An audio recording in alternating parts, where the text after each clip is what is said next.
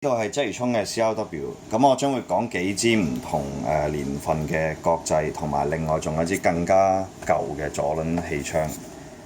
咁呢一支咧就 M66膠身嚟嘅啫。咁呢個系統咧就比較罕有嘅，而家嚟講，因為而家大部分槍一係就呢個輪就叉氣，一係就柄叉氣，兩個氣缸。咁呢一支咧就係殼叉氣嘅。咁呢個叉咗幾粒殼，轉頭會試槍俾大家睇。咁唔知影唔影到啦？個叉氣嘴喺呢度入邊嘅。咁我就叉 top gas 嘅。咁底火就喺呢度。咁佢個激發系統咧，就係呢度會釋放啲氣啦。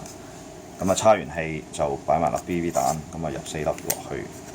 咁呢啲彈頭都長身嘅，係啦。呢支槍估計都應該有20年㗎啦。有咩方向性？係啦，上咗，係啦，好，可以停一停。好啦，咁我扣咗 single action 先。咁斜斜地影個槍嘴會好大啖氣釋放出嚟。好啦，咁我 ready fire。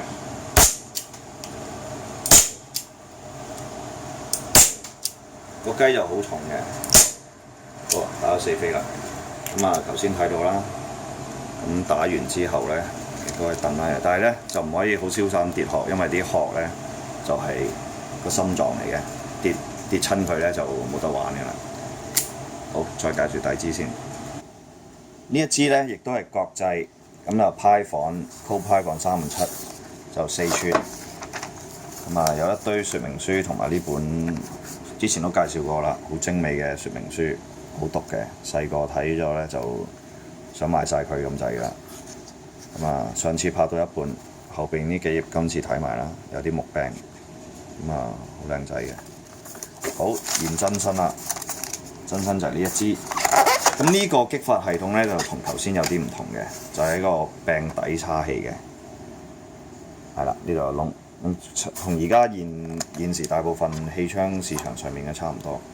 咁呢個就係軟膠頭，粒 BB 彈咧就擺度嘅。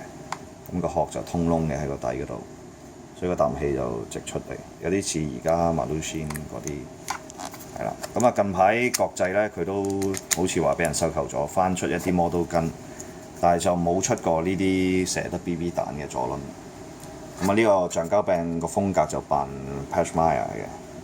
係啦，呢一支咧，呢個尺寸咧比較難儲嘅，因為都好多人都儲咗唔會放出嚟嘅。好，再講下支先。好，另外呢一支咧就 M19，都係90年代嘅產品嚟嘅。睇到兩支槍個盒都有呢個貼紙，都係國際黐上去嘅。357 M19啦，個盒都好精美嘅。裏邊咧。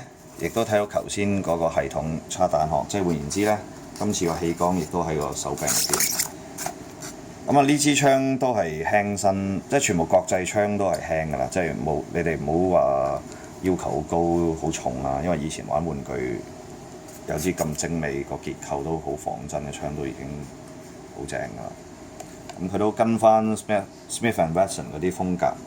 就有堆字啦，咁但係唔係寫 Made in USA， 一定係寫翻 Made in Japan 嗰啲字㗎啦，同埋 Kokusa 個字。拎身嘅呢個質感都算係咁啦，係咯。入殼啦，一樣喺呢度彈翻出嚟啦。